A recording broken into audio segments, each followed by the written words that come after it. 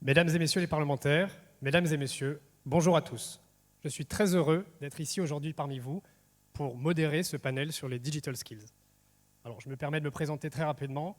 Je m'appelle Arthur de Lidkerk et je suis officier stratégie à l'état-major du ComCyber, le commandement de la cyberdéfense.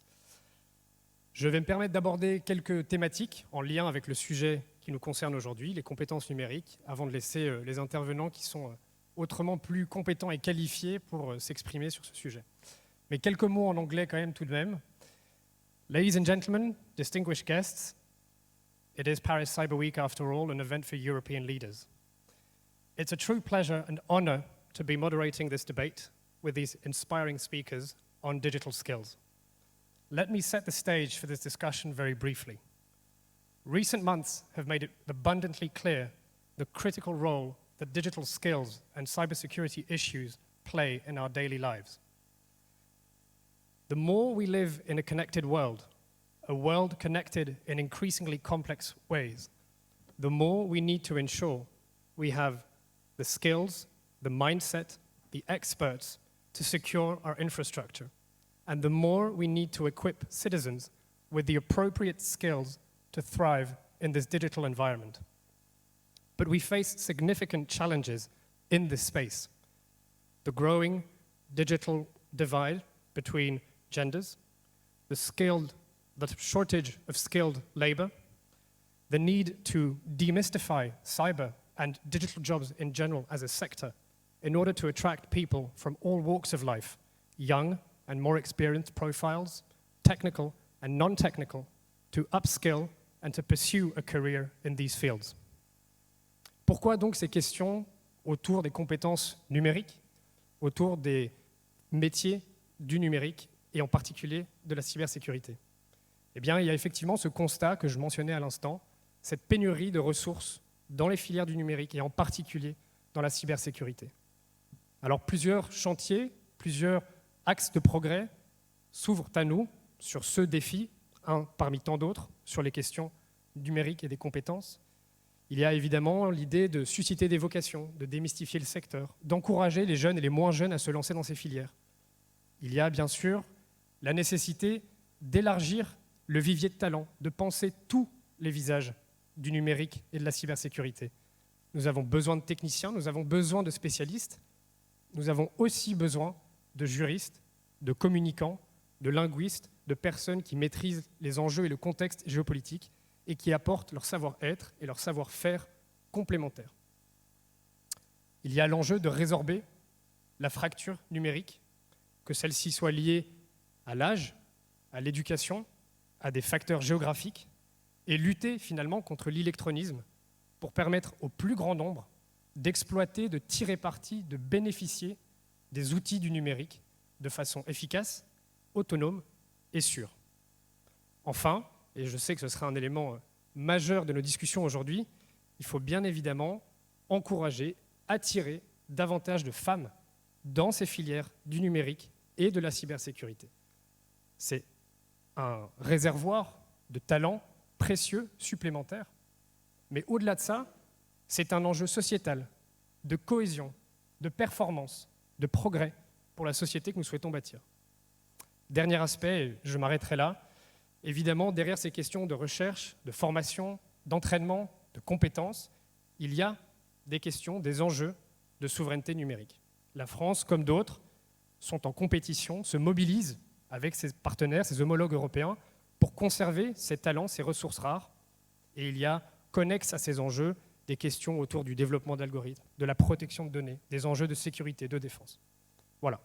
Je m'en arrête là. J'espère avoir posé le cadre correctement. Et sans plus attendre, je me tourne vers notre première intervenante, Madame la députée Valéria Faure-Muntian.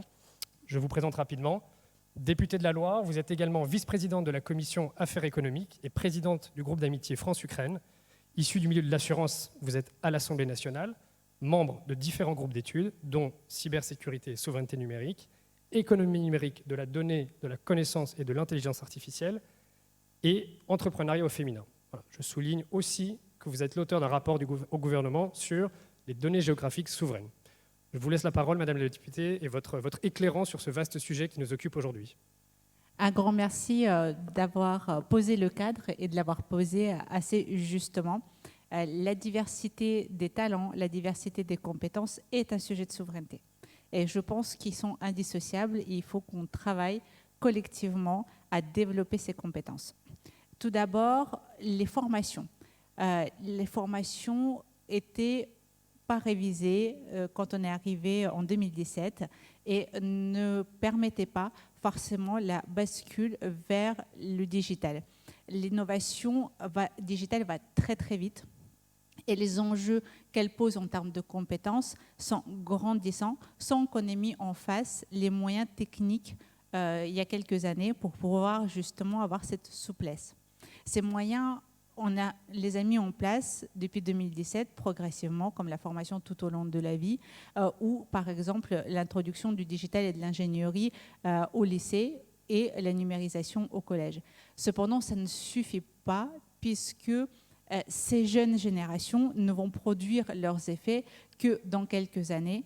Et donc, il faut aussi qu'on travaille à la reconversion des métiers qui sont en voie de disparition. Il ne faut pas le négliger, mais c'est une opportunité aussi vers des métiers du digital.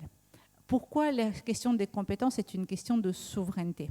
Parce que si on ne maîtrise pas l'innovation, si on ne maîtrise pas la digitalisation sur le territoire national et à l'intérieur des entreprises, on aura beaucoup de mal à protéger, d'une part, nos entreprises, et nos administrations et les données qu'elles possèdent et qu'elles hébergent, mais on aura aussi beaucoup de mal à les administrer. Et on voit par exemple la loi pour une république numérique qui a du mal à porter ses fruits faute de compétences sur le terrain qui permettraient de mettre en œuvre par exemple la normalisation de la donnée, son ouverture au grand public pour pouvoir inciter à l'innovation. Parallèlement, on a des écoles d'excellence, on a des filières d'excellence qui ont produit d'ores et déjà des compétences, mais en quantité suffisamment réduite et qui sont extrêmement démarchées parce que nos filières d'excellence sont très recherchées et nos compétences quittent malheureusement le territoire parce qu'ils ont des opportunités ailleurs. Et si ces compétences étaient plus nombreuses, si les personnes formées étaient plus nombreuses, on aurait une circulation de la connaissance qui serait plus facile et donc il n'y aurait pas de pénurie sur le territoire national ou européen. Donc il faut qu'on combatte globalement la pénurie des compétences liées à la digitalisation de notre économie, de notre vie, de notre administration au niveau français et au niveau européen. Comment procède-t-on pour augmenter le volume? Il faut déjà évidemment des formateurs, il faut déjà les formations qui vont bien, mais il faut aussi recruter. Et la problématique, c'est qu'on n'a pas forcément explicité tous les métiers qui existent dans le numérique. On utilise pas mal d'anglicismes. On a beaucoup de mal à identifier. Dans la cyber, par exemple, l'image qu'on s'en fait d'un salarié de la cyber est totalement décorrélée de la réalité des différents métiers que vous avez parfaitement décrits, qui sont nécessaires pour pouvoir accompagner un demandeur en termes de protection de ces informations, de ces données, de ces réseaux. Et globalement, le numérique, la digitalisation, l'intelligence artificielle, la blockchain, la cyber, c'est des univers qui sont multimétiers. Mais la compétence particulière liée au digital est importante.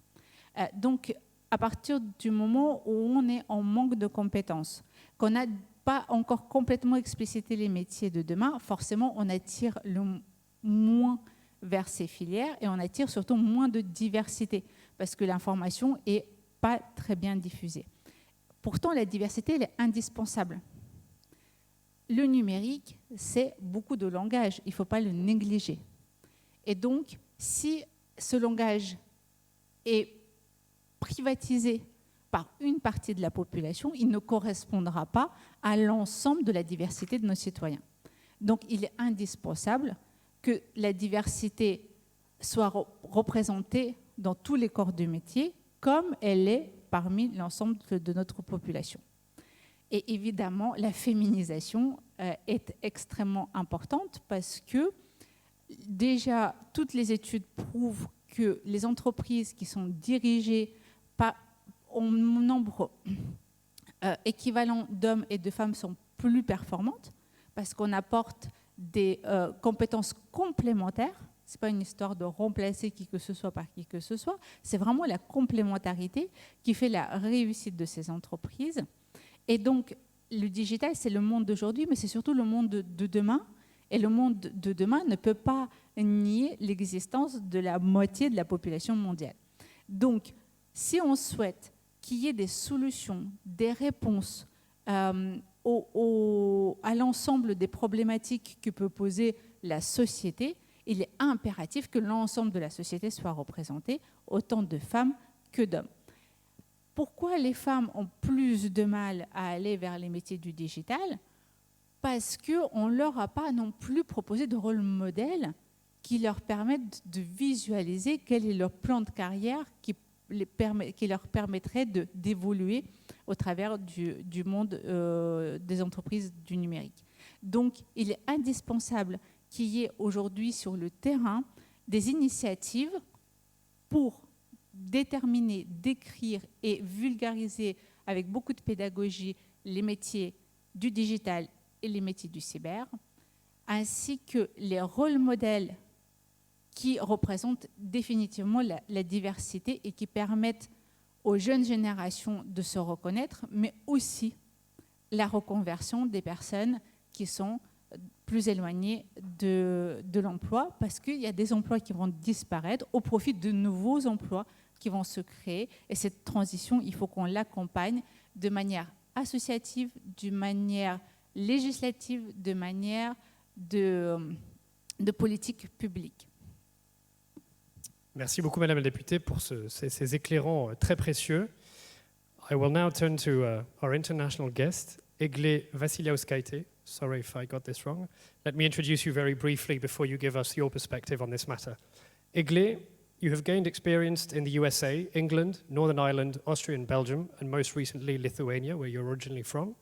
You come from an international relations, human rights and law of war background, but got into the field of cybersecurity, which is very much what this conversation is about today, through your fascination for geopolitics and the changing nature of war. You have previously worked at the European Commission and the International Rescue Committee, and you are currently working at the Lithuanian Ministry of National Defense as a policy analyst. Egle, the floor is yours.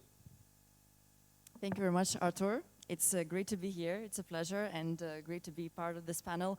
And I see actually, in comparison to other panels, it's great to see the representation of women here as well as we talk about this topic. So, Madame, I agree with quite a few points that you raised about the female representation in this sector. And I will bring more into perspective coming from the national public sector, currently working in the Ministry of Defense as well, touching upon this problem that we are discussing right now. So Arthur, I agree with your premise. The problem is here, you know, we cannot ignore it. Skills shortage in cybersecurity, 4 million currently shortage, but also not just in cybersecurity, but also in public sector. And even more, actually, a recent study made by McKinsey conducted was that around 8 million even skills shortage is in public sector, which for me, it was fascinating. And not just technical skills in public sector or digital, let's say, citizenship skills such as agile work or digital literacy, but also just classical skills such as problem solving, you know, creativity, leadership, the grit as well. And why is that a problem, right? That's also an important question to ask, is that first and foremost, of course, we're not ready for tomorrow's world, right? The citizens. At the same time, the government, when you lack that skills in the public sector, you know, that hinders the progress. Such as in UK, for example, the study was made that exactly lack of skills and competences hinder to move forward and adopt some of the technological solutions and, you know, work more effectively. And at the same time, the government sector, public sector, oftentimes is the target of cyber attacks. You know, let's say in Lithuania is one of the key targets, I would say, I dare say. You know, let's say every year we have received over 100,000 emails containing social engineering elements that are specifically targeted to hook, you know, civil servants, people working in the, you know, Ministry of Defense, Ministry of Foreign Affairs, the government, you know, to steal confidential information and so on. So that's actually also a cyber vulnerability as well that, you know, that can be really exploited, and that has to be taken into account. So, you know, what's the answer, right? What do we do? I am happy to see being involved in negotiations currently on NIS2 directive is that now I see the efforts of attempts to shift this attitude that it's the responsibility of everyone. You know, cybersecurity is not just one IT guy sitting in the office, but it's every single organization, doesn't matter, the sector doesn't matter if it's public, private, how high level, the fact that also the personal accountability and liability of the top management is in NIS2 proposal as well. And also the fact that public administration is one of the sectors as well. I think that's really much needed for us to improve here.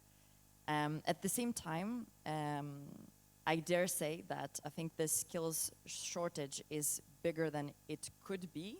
And there should be, I mean, there are a number of things that can be made easily, such as one of them, the recruitment process.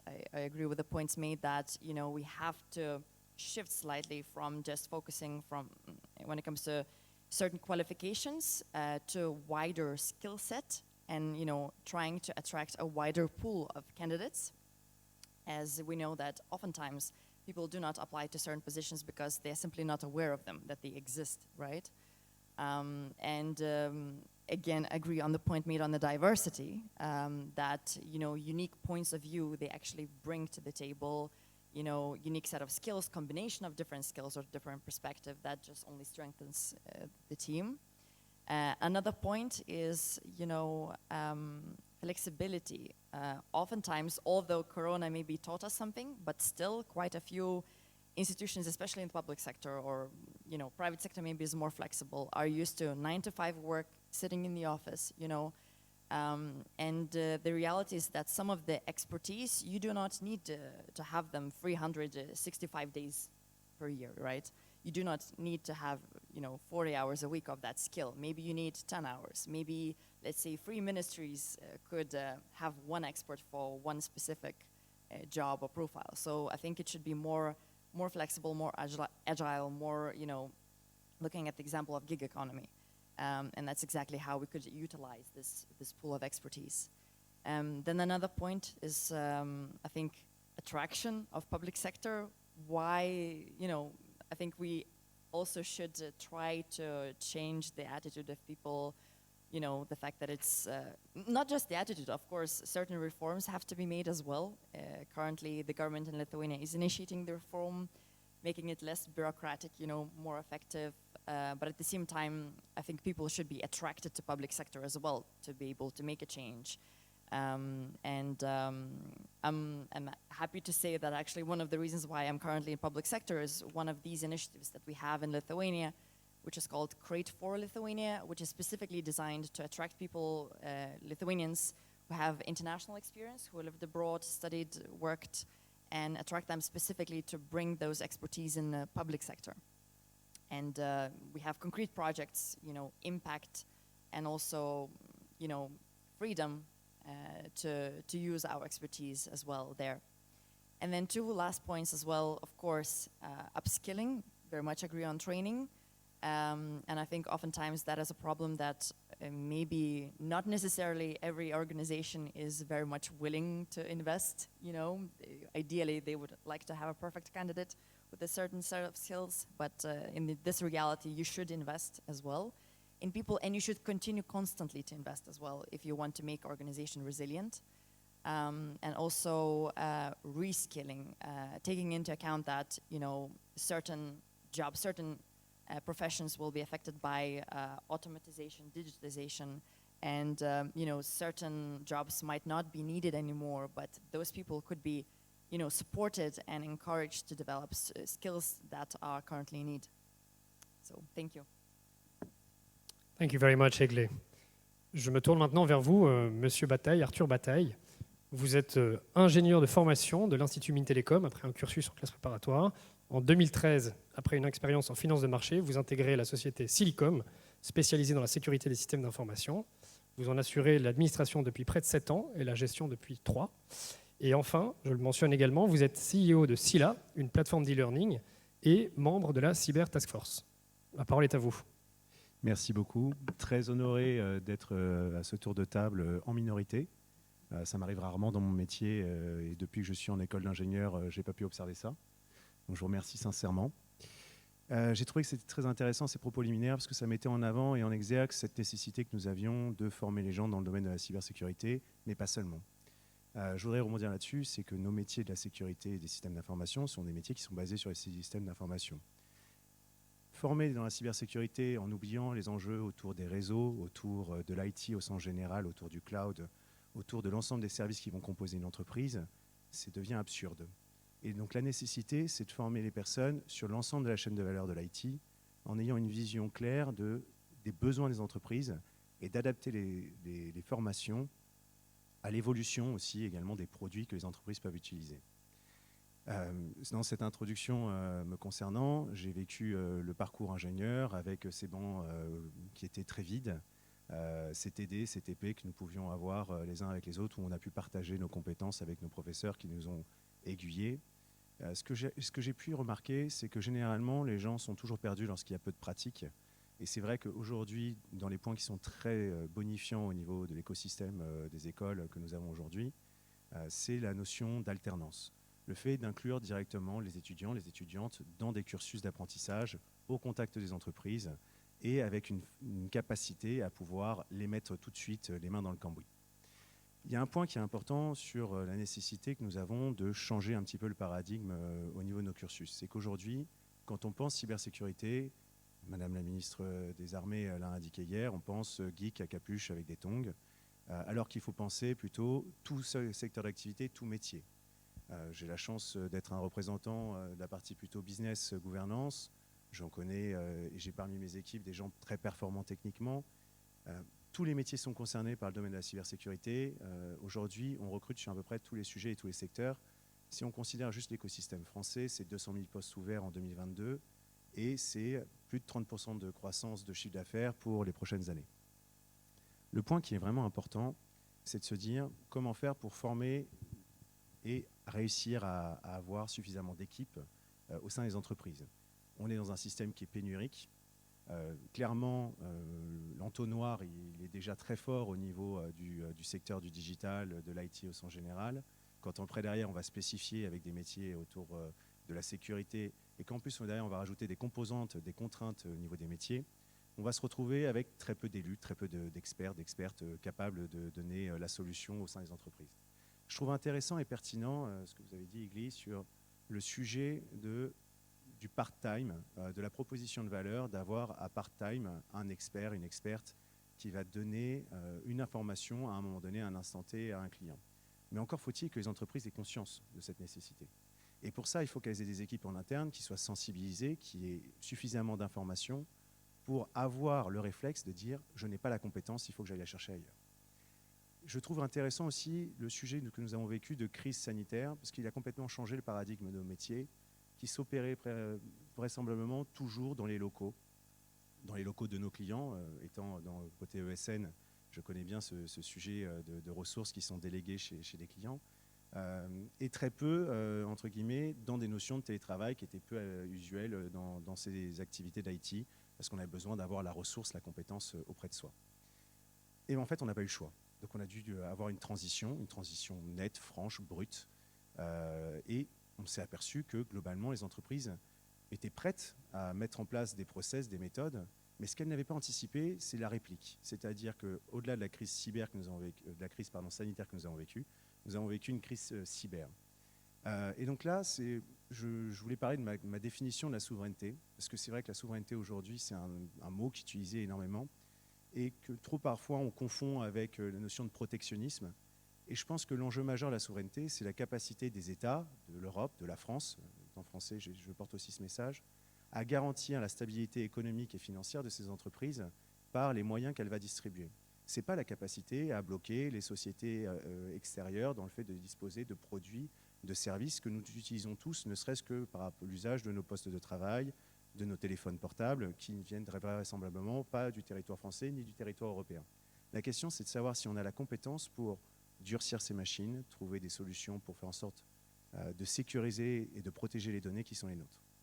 Et donc, c'est là où le sujet de la formation est un sujet qui est fondamental dans cette mission de souveraineté que nous avons tous, parce que nous sommes partie prenante également, acteurs du secteur privé dans cette mission de souveraineté, dans le fait d'apporter de la compétence aux futures générations, certes, mais elles ne sont pas suffisantes, et donc de parler de reskilling, de mutation de la compétence, d'adaptation des compétences, et avec en plus une vraie valeur ajoutée, c'est que, encore une fois, des personnes compétentes qui connaissent le métier, qui ont une vraie vision opérationnelle des services qui sont employés, seront beaucoup plus performantes pour faire du secure by design, de l'architecture sécurisée, que des personnes qui ne comprennent rien. Et donc c'est là où nous inscrivons, c'est justement d'adapter les compétences des personnels. Et on a la chance d'avoir énormément d'entreprises qui sont dans une envie, dans une vision de changer les paradigmes pour leurs collaborateurs, de les adapter sur les nouveaux métiers de demain.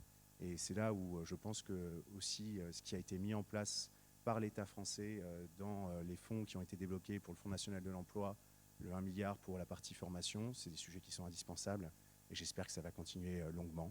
Et j'espère que toutes les belles initiatives qui sont faites par les écoles d'ingénieurs aujourd'hui dans le fait d'adapter leur programme aux enjeux qui sont les nôtres vont continuer et vont s'accélérer parce que de toute façon on n'a pas le choix, on est tous entre guillemets sur le front. Merci Arthur. Alors je vous présente notre dernière intervenante, Madame Céline Enfellner. Vous êtes ingénieure en chef des mines et vous avez débuté votre carrière à l'ANSSI, où vous avez occupé successivement des postes d'auditeur et de pentester, avant de vous orienter ensuite vers l'encadrement d'équipes techniques pendant plus de 9 ans et ensuite au ministère des Affaires étrangères. Vous avez ensuite rejoint la Caisse nationale d'assurance maladie en tant que directeur sécurité et vous êtes aujourd'hui en poste au ministère des Armées, à la DGA plus précisément, où vous occupez actuellement des fonctions de chef de division d'ingénierie de produits de sécurité.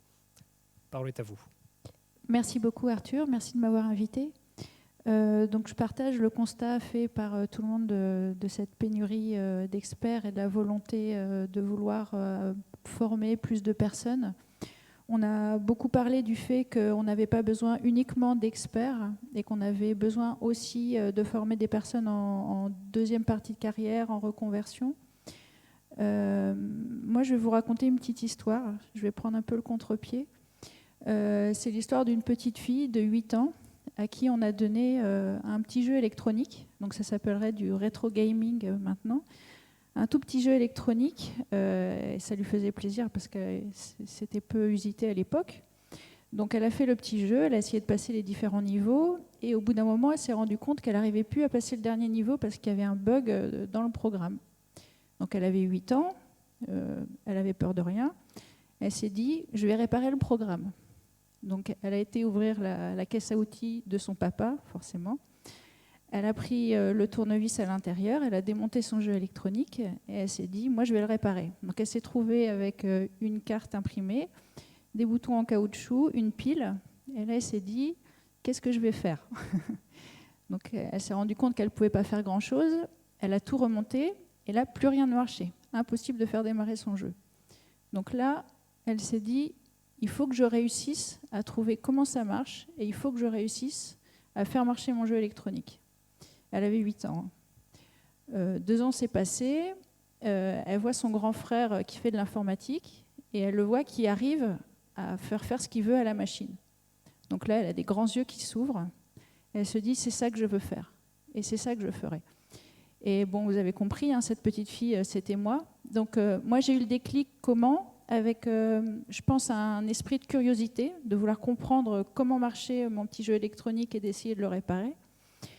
J'ai eu la volonté de ne pas lâcher, en fait, de me dire ce petit jeu électronique, je vais réussir à le faire marcher et je ne perds pas l'espoir de pouvoir le faire. Et j'ai toujours l'idée d'avoir une solution plus tard à portée de main. Donc moi, tout au long en fait, de ma formation, j'avais ça en tête, pouvoir réussir à comprendre comment marchaient les choses et pouvoir moi-même parler aux machines. Donc j'ai pas pris mon sweat à capuche, j'en ai pas trouvé de rose.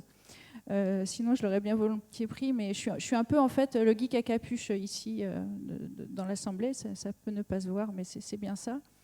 Et tout le monde peut être un geek à capuche. Donc j'ai un peu un discours à contre-courant, j'en ai bien conscience, mais je pense qu'on a aussi besoin des geeks à capuche pour être dans la cyber. Pas que, j'en parlerai sans doute un peu plus tard, mais on en a besoin. Et il faut avoir cette vocation. Et au-delà de l'apparence physique, etc., pour moi, c'est la curiosité.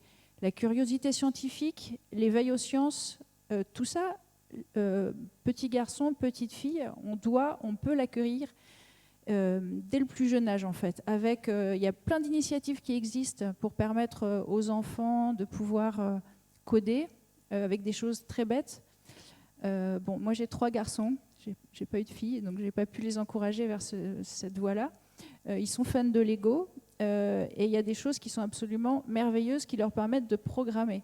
Donc quand ils ont leur petite machine Lego là et qu'ils comprennent que sur leur tablette, en mettant 2 cases à côté, le robot, il peut aller embêter leur frère en rentrant dans sa chambre, ça marche très très bien. Et la programmation comme ça, de manière ludique, ça marche très bien et c'est parfait. Et j'espère pouvoir éveiller cet esprit scientifique de curiosité, de savoir comment ça marche. Et pour moi, c'est ça en fait dont on a besoin pour créer cet éveil et ces compétences digitales et cyber dont on a besoin. On a vraiment besoin d'avoir des jeunes très tôt qui ont un déclic. Donc pour moi, ça passe vraiment par un déclic, par cet esprit scientifique. Pour moi, c'est la première chose. La deuxième chose, c'est les modèles. Moi, j'ai eu la chance d'avoir mon frère, ça aurait pu être quelqu'un d'autre.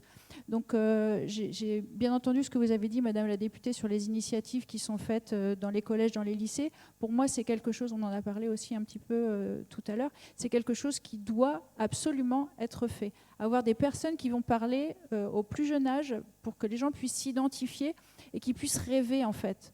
Parce que moi je suis contente, j'adore mon métier en fait. Je vais avec plaisir faire mon travail le matin et ça a été comme ça tout le long de ma carrière. J'ai fait du pen test, donc pour moi c'était absolument formidable d'être payé pour aller attaquer des machines dans des endroits, j'étais dans des systèmes étatiques, donc dans des endroits qu'on peut voir nulle part ailleurs. C'est une chance qu'on a et on doit donner cette envie, cette petite étincelle, et c'est ça qui me manque en fait, c'est ça dont on a besoin. La cyber, c'est pas juste des lignes de code qui défilent avec quelque chose sur lequel on ne comprend rien et on n'a pas de prise. C'est fantastique et il faut vraiment donner cette envie et cette curiosité. Ensuite, je pense qu'on a aussi des réflexions plus globales à avoir sur les orientations de nos jeunes dès le plus jeune âge. Personnellement, j'ai dû me battre en fait tout le long de ma scolarité pour pouvoir faire des métiers scientifiques. Je pense qu'on a un gros déficit, notamment au point de vue des conseillers d'orientation ou autres, de personnes qui ont du mal à pouvoir cerner ce que c'est que ces métiers scientifiques et pouvoir orienter les jeunes vers ces biais-là. Je pense qu'on a pris des bonnes orientations. Je pense qu'en France, on a bien pris conscience de la notion du cyber, du digital et qu'il faut aller par là, mais on en a vraiment, vraiment besoin. Autre chose, on a pas mal parlé du privé, de l'étatique. On a eu la chance, nous, au niveau de l'étatique, de pouvoir commencer assez tôt dans la cyber et de pouvoir avoir des compétences, donc d'attirer des gens qui avaient envie de travailler dans ce domaine. La concurrence, elle est de plus en plus rude avec le privé, c'est normal et c'est sain. On a un peu parlé de souveraineté, j'espère qu'on en reparlera sur la crainte qu'on a d'avoir les agents qui partent les personnes qui partent à l'extérieur et la volonté de les garder. Et c'est évidemment en entretenant un vivier fort et important qu'on pourra garder ces compétences. Ensuite, sur les aspects cyber à proprement parler. Donc, on a parlé digital, on a parlé de cyber. Quel est l'intérêt, en fait, les spécificités de l'un et l'autre? Pour moi, il n'y a pas de spécificité cyber. Donc, certes, mon petit programme, mon petit jeu électronique, pourquoi j'arrivais plus à le faire fonctionner, mais ça, je l'ai compris beaucoup plus tard, c'est parce qu'il y avait des mécanismes de protection qui faisaient que je ne pouvais plus y avoir accès. Donc, quand j'ai compris ça, je me suis dit, il y a des choses à creuser côté cyber. Et c'est ça qui m'a donné envie de faire de la cyber. C'est marrant, ça tient vraiment à pas grand-chose. Et tous ces aspects-là, en fait, de cyber, c'est de la curiosité. Pour moi, c'est juste de la curiosité. Du moment qu'on a une formation numérique, pour les métiers techniques, hein, j'ai bien précisé dans mon introduction que je parlais vraiment de la partie numérique. De la partie technique, pardon, pour ces métiers du numérique, on a juste besoin de curiosité. Après, le cyber, ça s'apprend directement du moment qu'on a une base suffisamment solide. Voilà, moi j'ai joué mon rôle de geek à capuche. Non, mais merci beaucoup à deux titres. D'abord, de nous avoir rappelé l'importance que l'on n'oublie pas que les ingénieurs, bien évidemment, sont au cœur de ces sujets. Et puis, deuxièmement, d'avoir partagé avec nous cette histoire de ce qui vous a inspiré finalement à poursuivre ce métier, à poursuivre dans cette filière.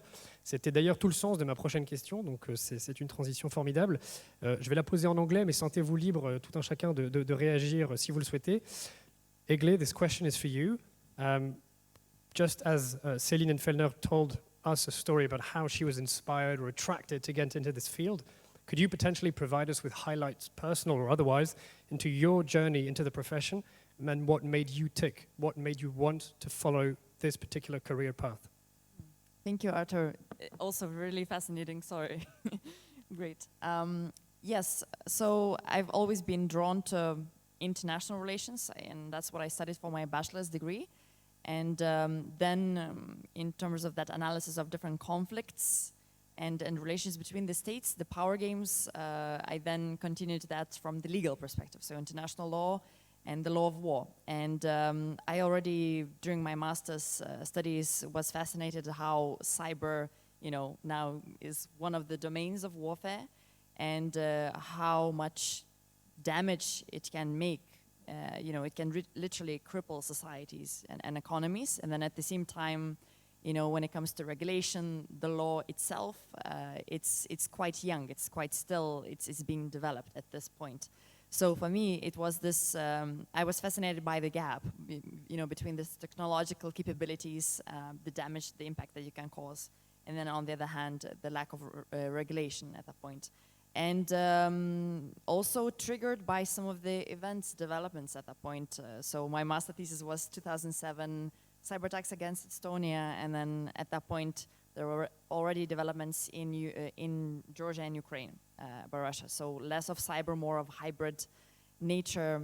And at that point, what I was also curious about is that at that time it was the amendment to Rome Statute, to the crime of aggression, which was quite a significant development in international law, now being there alongside, war crimes, crimes against humanity, and other really incredibly horrible atrocities. So this was very important to me to understand how in reality this can work when you have the law and then you have, let's say, annexation of Crimea, other developments as such, what would be the impact, what that law would have the impact in reality. So I was doing these analysis. And although later on I worked in Brussels more on human rights aspects and in particular in migration, for me as a Lithuanian with the particular history, I have to say honestly, individual human rights and at the same time, national self-determination. These are two interconnected things and you cannot separate them. So this is why I went on to, MOD in the national perspective to help, contribute to the resilience of Lithuania in the cyber field. But that was kind of a long-winded journey, really now focusing more on the international realpolitik and fascinated by cyber as more of a weapon, as a tool, of that power game, let's say, in international field. Thank you. Thank you, Egle. Je vous laisse réagir. Je voulais rebondir sur l'histoire de Céline, puisque c'est une histoire qui m'a profondément touché, en particulier la deuxième partie, ce que je me suis vu plutôt dans la peau de ses enfants. Moi, pour ma part, c'est ma mère qui m'a introduit dans l'univers de l'IT, de la sécurité des télécommunications. Et je trouve que la transmission de flambeau, c'est quelque chose de magnifique et c'est toujours très intéressant quand ça se fait dans l'autre sens, c'est-à-dire que c'est une femme qui inclut un homme dans cet univers qui se prétend être très masculin. Je milite pour le suite à capuche rose également. Alors, je me permets du coup de rebondir toujours avec vous, Madame Céline Fellner, par rapport à ce que vous avez évoqué dans votre propos liminaire, cette pénurie de compétences que l'on ressent évidemment en cyber, et j'imagine tout autant ou particulièrement au ministère des Armées. Comment arrivez-vous à y faire face? Avez-vous des pistes, des initiatives à nous expliquer, à nous présenter? Voilà, je vous laisse réagir. Madame Florence Parly l'a rappelé hier dans son discours. En fait, la cyber, c'est vraiment une priorité pour le ministère des Armées. Elle a engagé très tôt des recrutements dans cette perspective. Et là, on a la perspective d'avoir 4000 cybercombattants en 2025. Donc ça ne se fait pas du jour au lendemain. Et on a la chance, en fait, au ministère des Armées, d'avoir, en fait, dans les gènes du ministère, un besoin, une nécessité de formation et une organisation qui a été faite pour que les armées puissent se former en continu. Sur les champs de bataille ou autres, les militaires sont sans cesse confrontés à du matériel nouveau, ils changent d'endroit, de mission, etc. Donc naturellement, ils se forment et le ministère a une énorme capacité de formation à ce sujet-là. Donc c'est là où je passe à la deuxième partie, pour la partie reconversion et pas recrutement de jeunes talents, de très jeunes talents. Pour la partie reconversion, on a la chance en fait au ministère des Armées d'être bien doté et d'avoir des capacités d'entraînement, de formation, de challenge aussi techniques qui sont organisés. On a pas mal d'exercices qui sont faits. Il y a eu l'exercice DEFNET qui a rassemblé 400 étudiants pour pouvoir travailler sur des sujets liés à la cybersécurité. Personnellement, je travaille donc à DGAMI, à Rennes. L'amiral Coustillère en a parlé un petit peu ce matin à la table ronde. Donc on a des experts techniques de très haut niveau à DGAMI sur des domaines très pointus et très différents. On a besoin de former ces experts. On recrute également en grand nombre. On est passé de 250 personnes il y a quelques années à 400 actuellement. On va avoir à 500 actuellement et on va avoir encore 400 personnes supplémentaires à l'horizon 2025. Donc ces personnes, il va falloir les recruter, les former, les trouver. Donc on a développé en interne tout un tas de formations qui peuvent aller de durée courte à de durée longue, mais généralement sur la plupart de nos postes techniques, les formations c'est minimum 6 mois et souvent 1 an avant d'être pleinement opérationnel sur son poste. Et pourtant, on recrute des ingénieurs à déjà un niveau technique suffisant. En revanche, ce n'est pas forcément des personnes spécialisées en cyber. On peut recruter des électroniciens, des informaticiens. Donc c'est vrai que pour nous, c'est une chance. On a organisé aussi certains événements dignes de Sweet à Capuche, DGAC ou autres, où on va avoir... sont des événements qui vont être des challenges techniques qu'on va diffuser sur Internet. Le ministère en a fait un certain nombre, le ComCyber en a fait, la DGSE a également fait un événement. Donc ça sert à la fois d'événements de communication pour recruter des personnes qui n'auraient pas forcément vocation à aller dans ces entités. Ça sert également aux participants à se jauger. Il y a différents niveaux techniques, de niveaux techniques assez faibles à des niveaux techniques beaucoup plus élevés, donc ce qui permet aussi à l'attaquant de se positionner. Et enfin, après, souvent, ils postulent. Donc, par exemple, sur le dernier challenge qu'on avait fait, qui s'appelait DG Hack, on proposait des stages aux 10 gagnants du challenge. Donc, c'est vraiment des événements qui sont gagnant-gagnant, en fait. À la fois, les gens peuvent se former aussi en réalisant ces challenges. Et nous, ça nous permet aussi également d'avoir une mini-sélection d'entrée sur les personnes qu'on va pouvoir recruter. Merci beaucoup. Je vois que vous voulez réagir.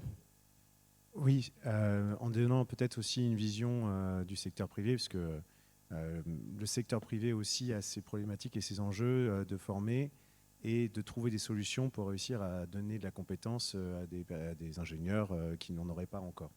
Je trouve ça intéressant, cette démarche qu'il y a eu au niveau de la DGAMI, d'expansion, de recrutement sur le territoire rennais. Et ce que je trouve intéressant, alors malgré en avoir subi un petit peu les conséquences au niveau de Silicom, puisque j'ai quand même quelques personnes qui sont parties chez vous, mais entre guillemets c'est la vie, c'est que vous n'avez pas fait que de recruter des individus, vous avez aussi participé à cet écosystème, vous avez aussi animé des choses, pas que pour vous, mais pour globalement tout l'écosystème.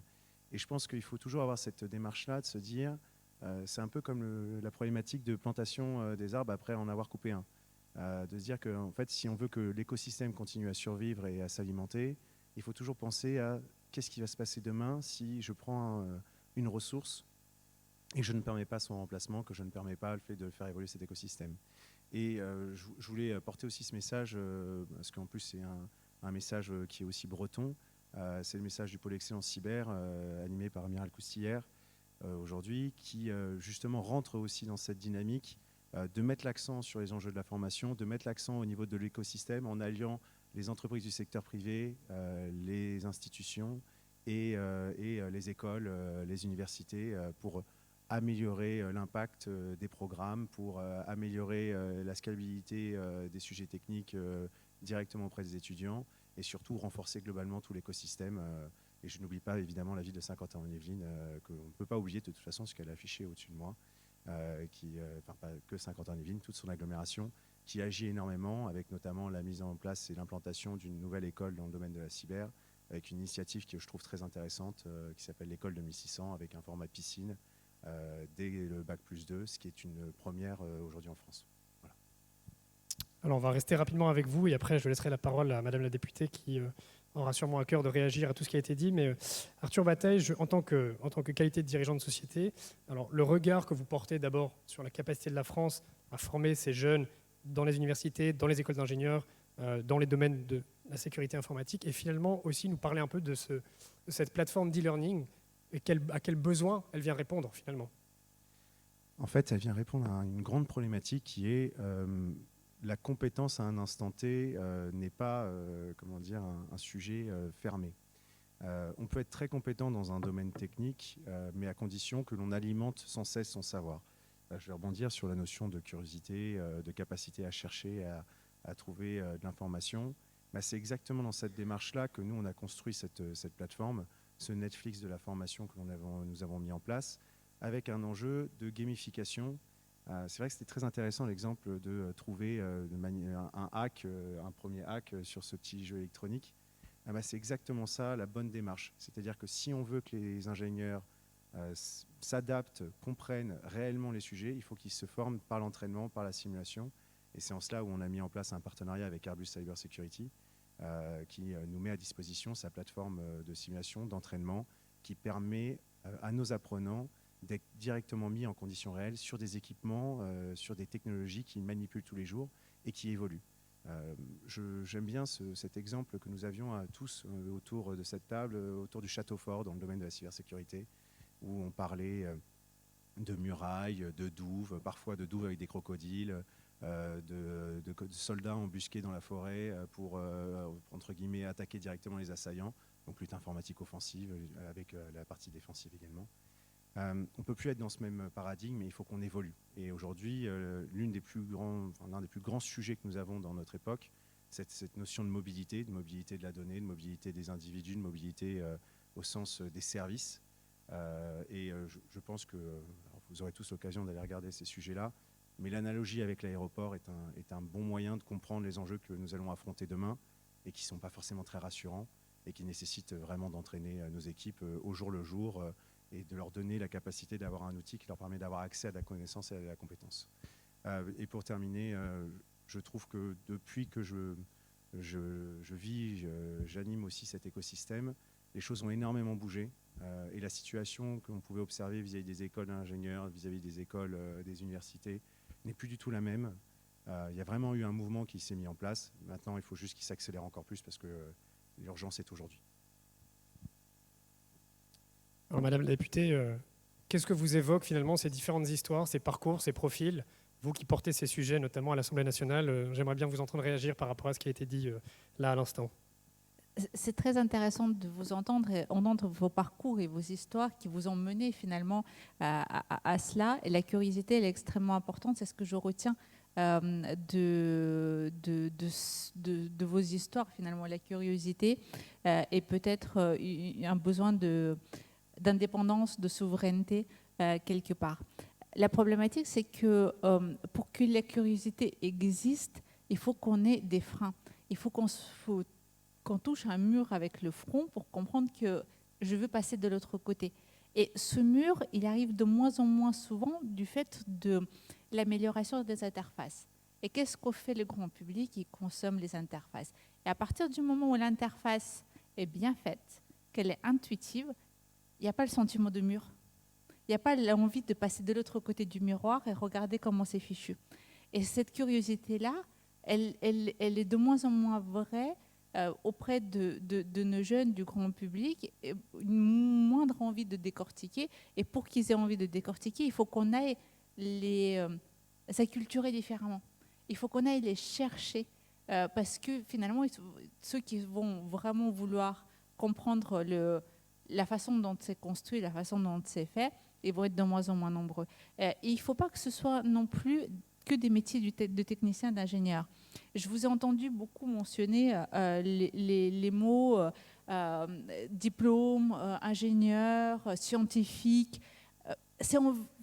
Malheureusement, je vais vous critiquer, je suis vraiment désolée, mais c'est en véhiculant cette image-là qu'on a du mal à attirer les jeunes gens ou les gens en reconversion qui n'ont pas peut-être l'appétence scientifique de départ, mais ils ont d'autres compétences qui peuvent mettre en œuvre auprès du digital, auprès du monde de la cyber. Parce que, d'une part, on a besoin de former. Le risque numéro 1 de la cyber, c'est le facteur humain. C'est les usages, c'est la façon de gérer son hygiène numérique.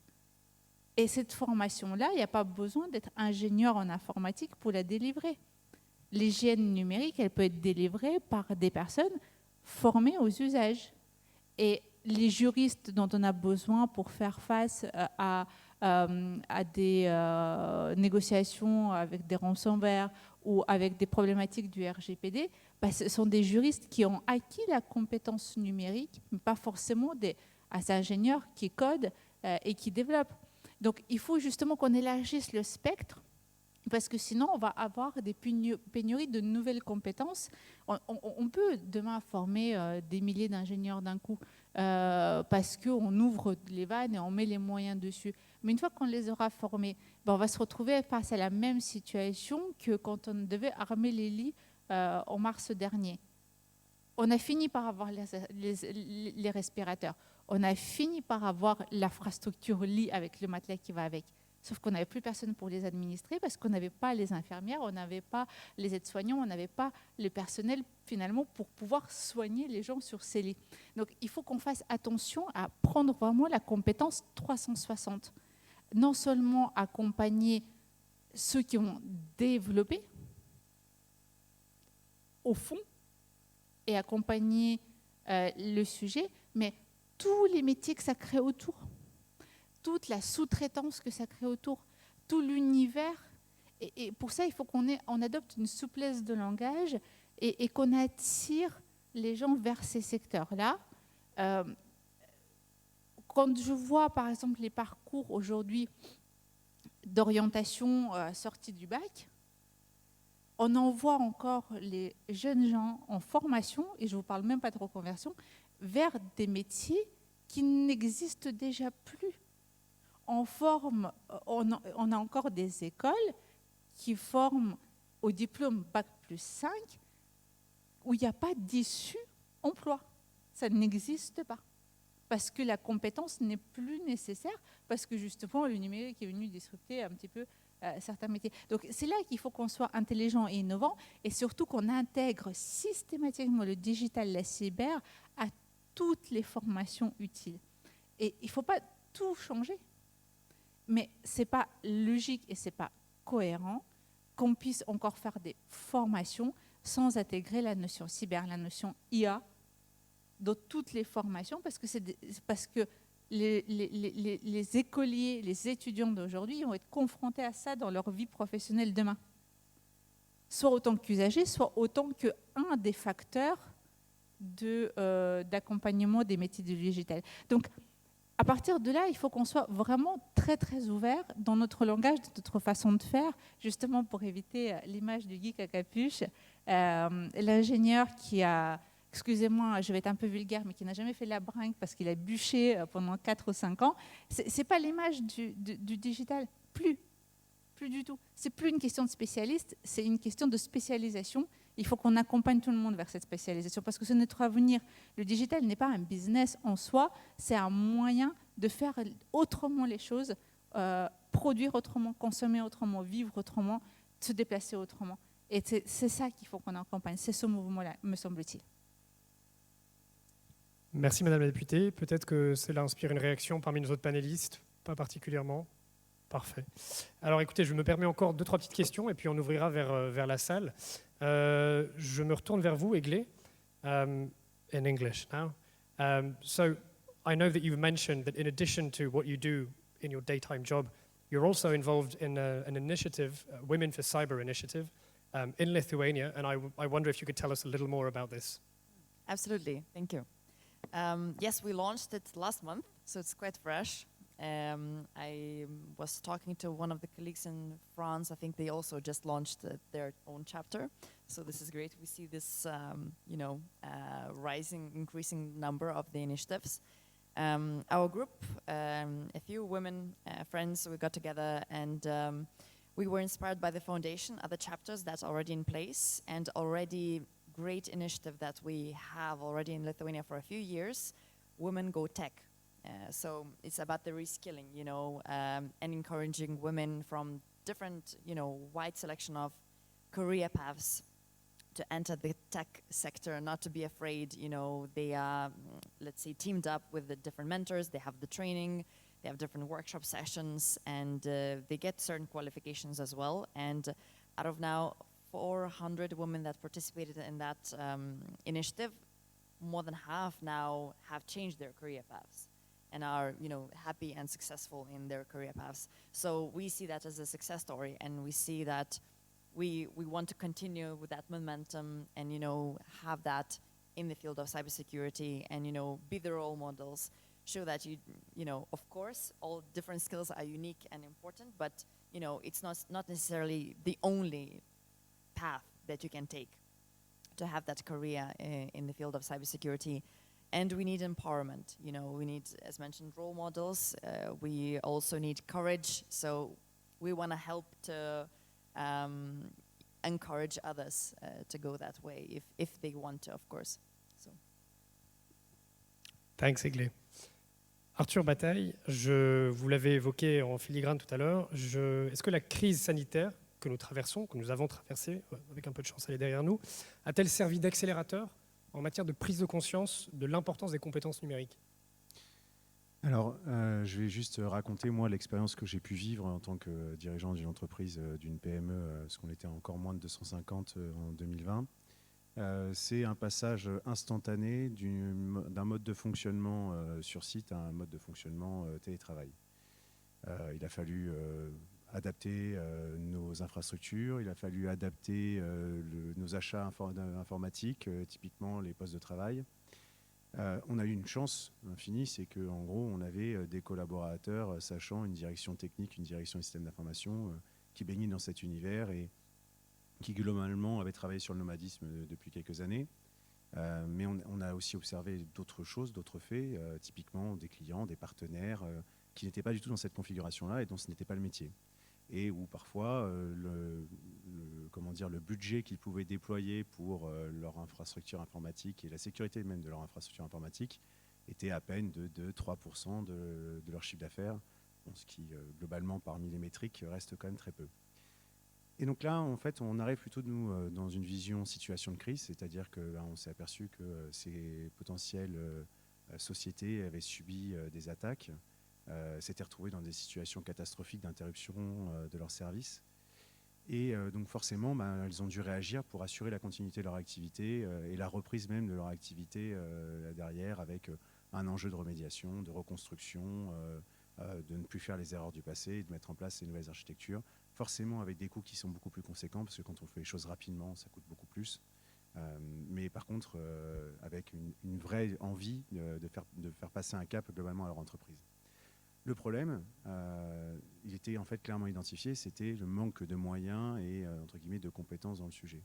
Et donc c'est là où justement cette crise sanitaire a été, je pense, très performante pour l'économie future de notre pays, et je le vois de cette manière-là. C'est qu'en gros, on a passé les caps technologiques d'un point de vue usage, d'un point de vue outil, d'un point de vue organisation même. Et c'est là aussi où je rejoins les propos, c'est que les métiers de la sécurité, ce n'est pas que des métiers de la tech, c'est énormément des métiers de la tech, mais il y a aussi des métiers d'organisation, des métiers de gouvernance, des métiers de compliance, de conformité. Et que là, du coup, en fait, on a été obligé de se doter au niveau des entreprises de ces compétences ou en tout cas de les adapter et de les mettre en place, de trouver des produits dans nos marchés qui sont très florissants aujourd'hui sur ce secteur cyber, avec plein de startups qui entre guillemets, évoluent.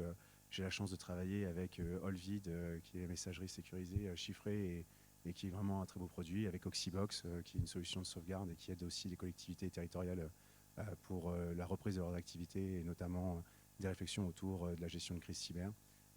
Et je pense que cet écosystème-là est possible, d'autant plus qu'on a vécu la crise sanitaire et que du coup ça a donné une prise de conscience à l'ensemble de l'écosystème des entreprises, et même pas forcément que les entreprises du numérique. Merci beaucoup. Alors, Céline Enfelder, je me partage le même ministère.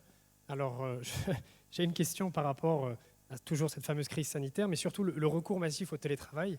Et a-t-il facilité la donne, changé la donne en matière de recrutement ? Donc effectivement, on a constaté après la crise sanitaire que de plus en plus d'entreprises ont recours massivement au télétravail, et notamment des entreprises étrangères. Donc auparavant, on fait face quand même pas mal à pas mal de concurrence sur le recrutement, même si apparemment on recrute aussi chez certaines entreprises, mais on a plutôt l'impression d'avoir nos ressources, en fait, nos RH qui partent vers le privé en grand nombre. Et avec la crise sanitaire, en fait, et le recours au télétravail, on a maintenant des entreprises mondialisées qui recrutent des Français bien formés, compétents, en ce qu'on appelle full remote, donc en télétravail complet, qui sont du coup des concurrents directs et sur lesquels on a très peu moyen de lutter, en fait. Et ça, on le constate vraiment récemment. Donc, nous, on a encore une petite chance, c'est qu'on travaille vraiment sur des secteurs de défense spécifiques avec des enjeux particuliers. Donc, les personnes qui postulent chez nous ont aussi des appétences et des envies aussi de travailler pour l'État et de faire des choses un peu particulières. Néanmoins, je pense que pour le secteur privé, pour les petites entreprises, et même plus largement pour tous nos employeurs, c'est une grosse concurrence. Donc effectivement, on a constaté un changement très important, et je pense qu'on va avoir, ça va être nos futures batailles, en fait, pouvoir conserver nos ressources. Merci, je partage votre analyse et je me permets de me tourner vers vous, Madame la députée, en premier, mais sentez-vous tous libres, c'est la question au panel avant qu'on ouvre la salle, de réagir. Vous y avez fait allusion, Céline Fellner. Il y a des enjeux de souveraineté. Vous en parliez, cette compétence, cette ressource rare, ces talents qui ont un risque d'être débauchés par des entreprises étrangères. Je sais que vous êtes très au fait de ces sujets et ces enjeux de souveraineté. Pouvez-vous peut-être nous en dire un peu plus sur base de ce qui vient d'être évoqué par Madame Enfelder ? En ce qui concerne la rémunération des compétences, effectivement, c'est un enjeu qui est extrêmement fort. Le monde étant intégré, les moyens de communication multiples, plus ou moins sécurisés selon les choix qu'on fait, on se trouve aujourd'hui pour avoir une pénurie de compétences, et pour peu qu'on a de compétences, forcément elles valent cher, et donc elles sont débauchées par ceux qui ont le plus de moyens à offrir, soit en termes de moyens salaires purs, soit en termes de moyens de développer des choses intéressantes et nouvelles. Et donc, il y a une concurrence entre le public, qui a une grille de salaire, le privé, qui a des contraintes liées à l'imposition, à la situation géographique, et le privé international, qui, lui, peut parfois mettre en face des chiffres totalement décorrélés de ce que notre marché, globalement en France et en Europe, peut se permettre. Et donc, c'est toujours extrêmement compliqué quand on a une pénurie de main-d'œuvre. Si on avait un nombre plus important de personnes formées ou converties aux questions du digital, on aurait certainement moins de difficultés, on le subirait moins, cette distorsion de concurrence en termes de salaire. Mais surtout, ce qui est indispensable, c'est de pouvoir former avec des valeurs françaises et européennes. Et cette formation-là, elle a d'une un coût, deux un prix, et surtout, cette compétence, elle peut être souveraine. Il y a des formations stratégiques comme de l'innovation stratégique qu'on devrait pouvoir protéger. Et ça, c'est une réflexion à mener au niveau des politiques publiques, parce que à partir du moment où la France investit énormément en accompagnement l'école est gratuite quand même, il ne faut pas le négliger, les infrastructures sont payées par la collectivité. Il faut à un moment donné aussi certainement protéger nos compétences, au moins en début de carrière, en les désignant comme étant stratégiques.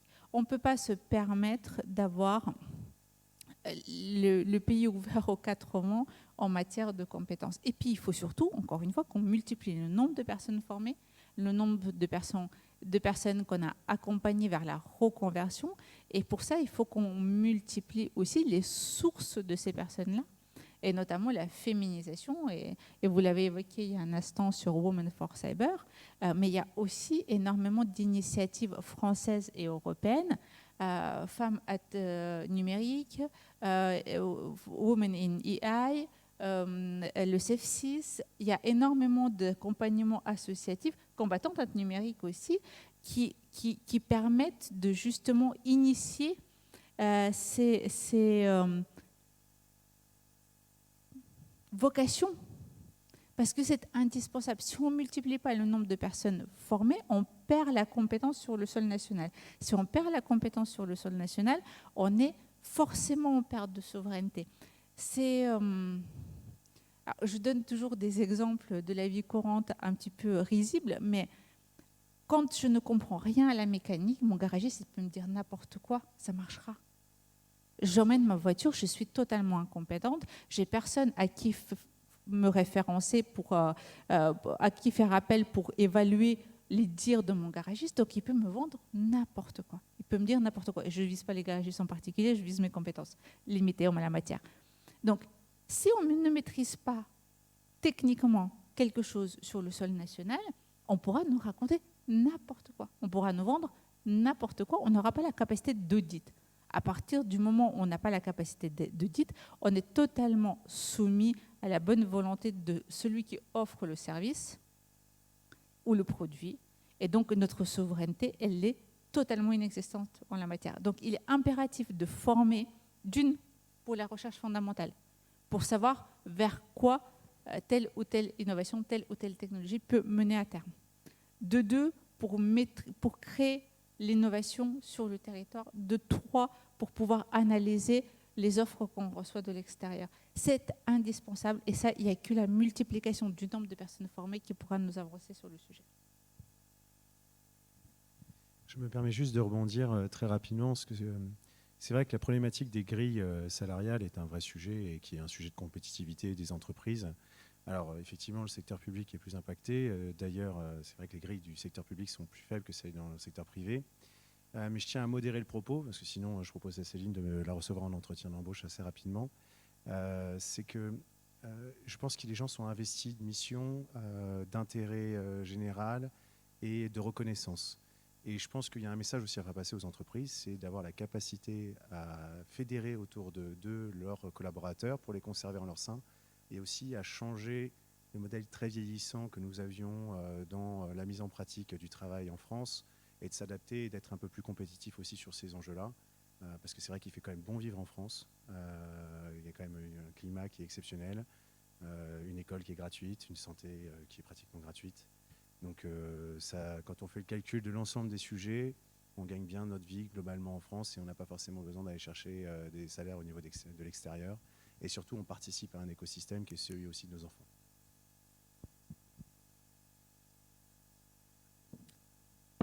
Egle, I allow myself to turn to you last, maybe. Any thoughts on this topic of sovereignty from a Lithuanian perspective? We heard the Vice Minister yesterday. I don't mean to put you on the spot, but I think your perspective would be most appealing to the audience.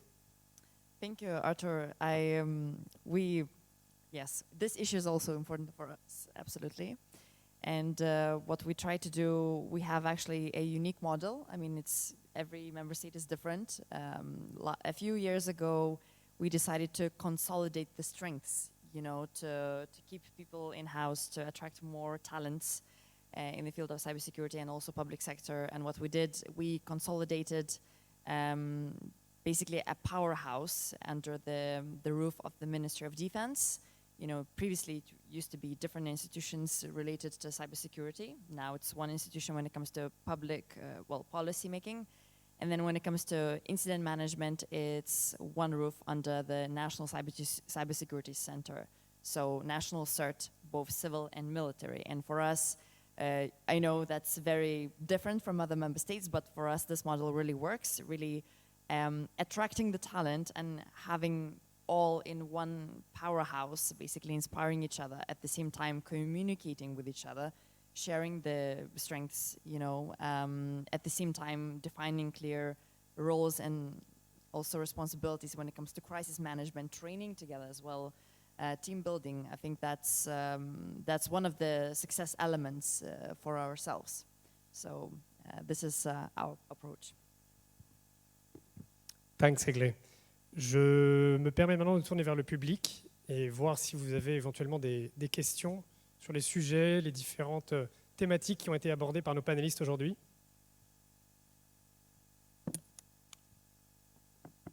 Merci. Bonjour, c'est Sylvestre Olvide. Donc évidemment qu'il faut former des dizaines de milliers d'ingénieurs chaque année pour pouvoir créer des outils, des applications totalement sécurisées. On sait que dans 95% des fuites de données, ça ne provient pas de la malveillance, mais la négligence. Vous mettez dans les mains un produit où les gens peuvent se tromper, ils vont se tromper, c'est comme ça qu'il y a des fuites de données. Et la question que je voulais poser, mais peut-être que ça a été abordé, je n'étais pas là en fait au début, c'est qu'on peut avoir des centaines de milliers d'ingénieurs, tant qu'on a des consommateurs et des utilisateurs qui font n'importe quoi, c'est compliqué. Et je voulais savoir quel est le meilleur âge pour apprendre à former. En principe, quand en France, on donne un téléphone portable à un enfant de 6e, et c'est là que ça commence à se jouer. À votre avis, à partir de quand faut-il commencer à évangéliser, former en fait les nouvelles générations, sachant qu'attention, je suis entièrement d'accord avec Madame la députée, ne pas avoir une approche trop technique. Quand on apprend à des enfants à coder, il y en a qui détestent ça. Il faut aussi les sensibiliser. On peut avoir une approche de la technique beaucoup plus vulgarisée et essayer de lever le capot juste pour leur donner 2-3 éléments pour qu'ils puissent comprendre en fait ce qui peut se passer quand ils utilisent une application qui va pomper l'intégralité de leurs données. Quel est le meilleur âge à votre avis et qu'est-ce qu'on peut faire pour sensibiliser les tout petits ? Pour moi, c'est au plus tôt en fait. Dès que l'enfant est confronté à du matériel numérique, il y a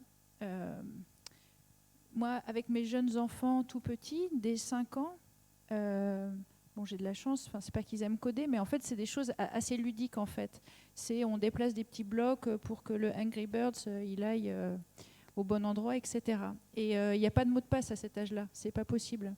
Donc, ils ont des petites images, en fait, qu'ils doivent reconnaître. Et déjà, c'est natif, c'est intégré dans l'application. Et c'est des petites choses. Alors, bien sûr, je ne vais pas le forcer à lui mettre un mot de passe ou lui expliquer ce que c'est.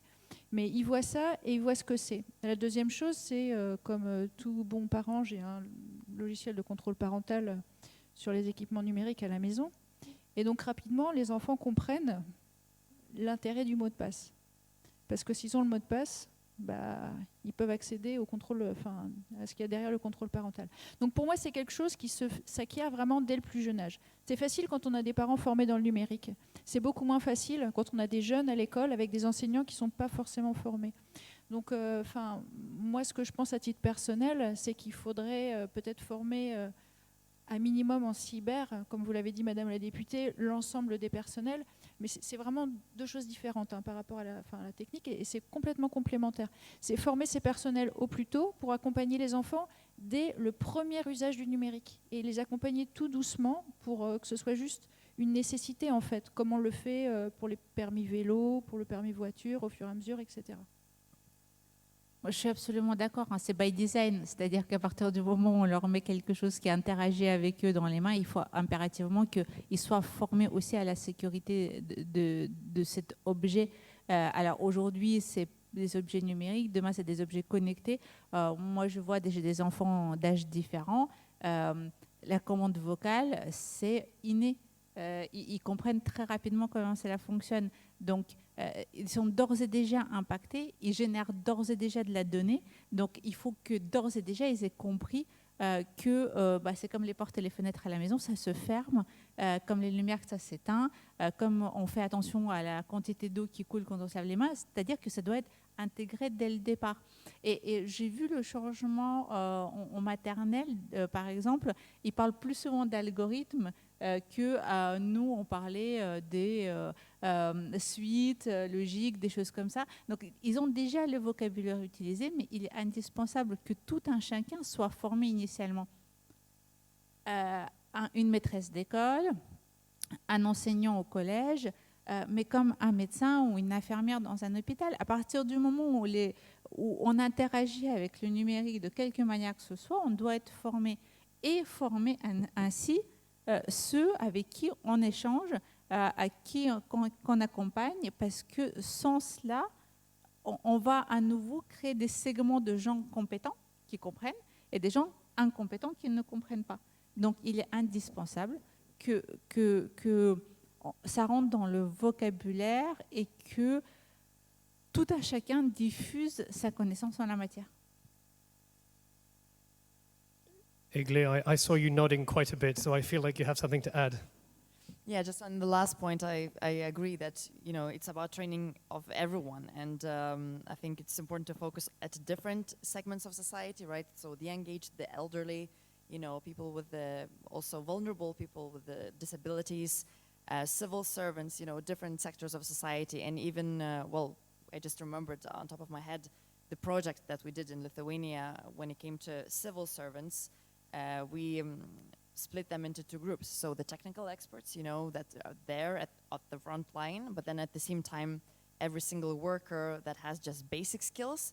But at the same time, although you have just basic skills and you might not be a cyber expert and work with, projects, still you can have a threat to the organization if you open an email, right, of a phishing. So every single person that works in the organization can be ultimately that weak link, that weak spot. So if you have the access to the internet and you work in the organization, you should be trained, So just a compliment. D'autres questions éventuellement de notre public?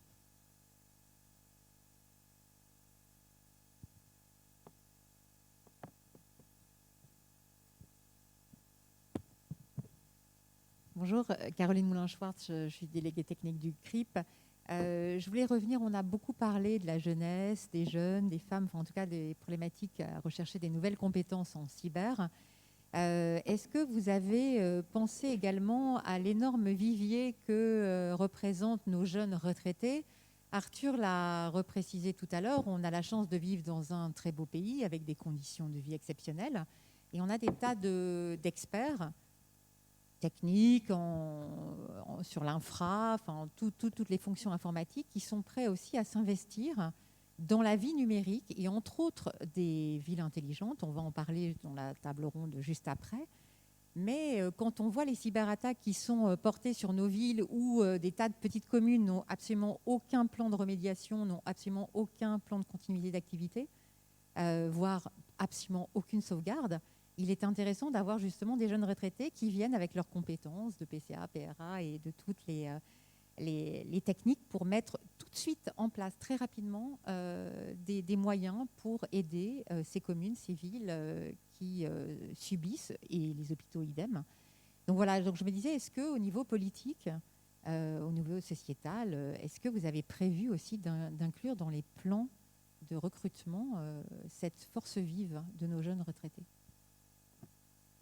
Alors Arthur, je vais peut-être vous laisser, vous avez été identifié dans la question, hein, je vous laisse prendre la première salve.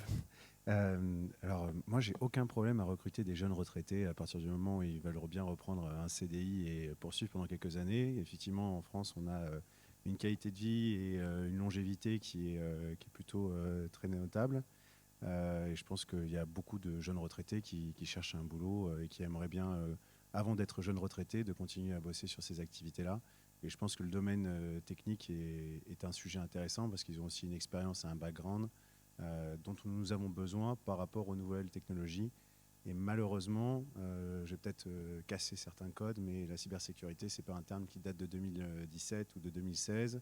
On faisait de la sécurité des systèmes d'information, de la sécurité des télécommunications en 1980 et pendant des années encore avant moi. Le point intéressant, c'est sur le sujet de mobilisation, comme on peut le voir dans le ministère des Armées, de réservistes. Et je trouve que le sujet est pertinent. Et donc, du coup, je vais laisser la parole à Madame la députée pour mettre ça en place.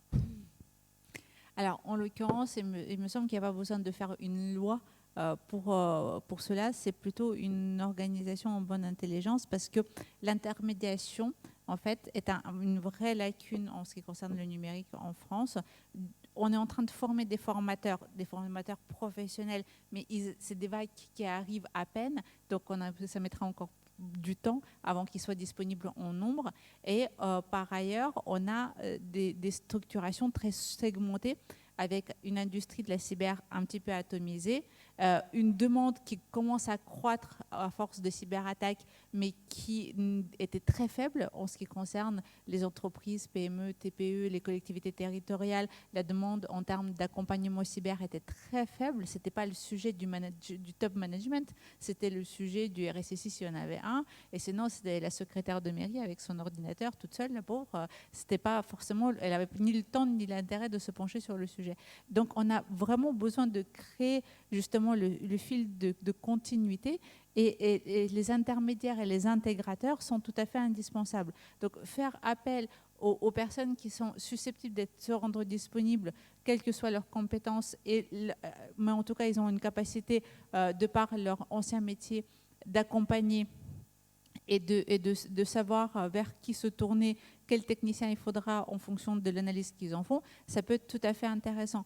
Mais je pense que c'est plutôt justement au marché, aux entreprises ou au monde associatif de créer cela, de créer ce fil de continuité de service, ces intégrateurs, plus que de passer par la loi, parce que la loi ne recrute pas. Je ne fais pas de loi de recrutement. Et en ce qui concerne la prorogation de l'emploi quand on est à la retraite, le cumul emploi-retraite existe déjà. Donc, de ce point de vue, c'est légal. Ensuite, je pense que c'est un petit peu à la société de s'organiser pour pouvoir accompagner. Mais vous avez aussi le monde assurantiel qui intervient en prestation de services et accompagnement dans le cas d'attaques cyber. Vous avez du monde associatif sur les territoires qui se saisit de ça. Il y a pas mal d'initiatives et je pense que l'intelligence viendra du terrain et que les personnes soient des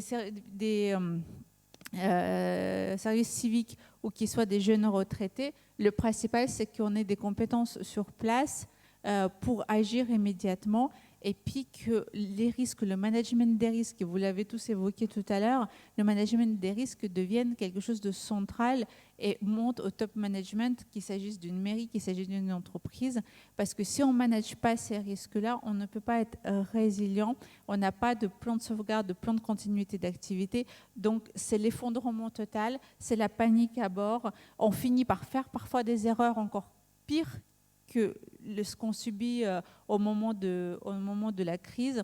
Donc, il faut impérativement, et ça vient à l'aune de la crise sanitaire, malheureusement, c'est le point positif de la crise sanitaire, c'est que tout le monde s'est rendu compte qu'il faut manager ces risques parce que ces risques ne sont pas uniquement ceux immédiatement vus au quotidien.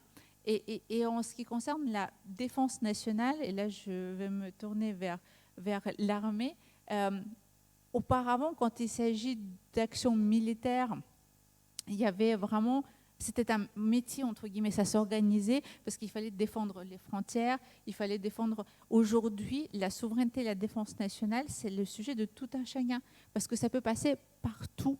Vous avez évoqué tout à l'heure les guerres hybrides. Il y a vraiment un sujet de l'information qui est devenu un outil d'ingérence de guerre, que ce soit dans le monde économique ou dans l'information, ne serait-ce que sur le quotidien, sur la politique, lors des élections. Donc aujourd'hui, ce n'est plus uniquement le sujet du ministère de la Défense ou le ministère de l'Intérieur en ce qui concerne la sécurité intérieure, c'est vraiment le sujet de tout un chacun. Et les pays de l'Est en sont plus conscients historiquement et culturellement. Et je pense qu'à un moment donné, il faut qu'on en prenne conscience et qu'on devienne tout à fait résilient en termes de nos obligations civiques d'être contributeurs collectivement à la protection de notre pays. Céline Enfelder, une réaction sur ces thématiques militaires ou peut-être un mot sur la réserve? Je suis tout à fait d'accord sur le fait que tout un chacun doit vraiment s'emparer de ça et le vivre pleinement. Et Arthur en a parlé un petit peu aussi avec la chance qu'on a d'être français. Pour moi, en fait, on a toutes les capacités et toutes les conditions pour réussir dans la cyber. On n'a pas à rougir de ce qu'on est en France, en fait. On a une agence nationale, l'ANSSI, qui est connue, réputée, qui commence même à être connue largement du grand public, que beaucoup de pays nous envient. On a beaucoup d'investissements qui ont été faits par les entreprises, par le gouvernement. On a quand même un réservoir de talents immense. On a des formations en France qui sont d'extrêmement bon niveau. On voit nos progrès qui ont été faits sur les classements de Shanghai, par exemple, en mathématiques hautes. Je crois qu'on est passé premier cette année. Enfin, c'est fabuleux, en fait. La capacité qu'a la France en interne et la capacité à se transformer et à se changer. Par contre, on est français, en fait. Donc, on se plaint tout le temps et on regarde à côté et on voit toujours que les autres sont mieux ailleurs. Donc, on peut le faire aussi au niveau européen, à un cran d'après, mais on a toutes les forces en nous pour réussir, en fait, à tous les niveaux. Et pour moi, ça, c'est aussi cette question de souveraineté. On n'est pas assez fiers d'être européens, d'être français et de porter ce message, ce discours, fiers de travailler pour une entreprise, pour une administration européenne, française. Et voilà, pour moi, c'est ça vraiment la question de souveraineté. Écoutez, ça sera le mot de la fin. Je pense que c'est une note superbe sur laquelle terminer. Je suis conscient de l'heure, Madame Eglé-Vasquilas-Caté, qui doit partir en avion incessamment sous peu. Donc j'espère que ce panel, ce débat, qui m'a en tout cas moi beaucoup intéressé, aura permis de croiser les regards, les parcours, les expériences et de dégrossir un peu ce vaste sujet, d'évoquer des pistes, des idées pour poursuivre les efforts qui ont été initiés et ceux qui doivent encore être menés et évidemment former les talents d'aujourd'hui et de demain. Merci à tous en tout cas.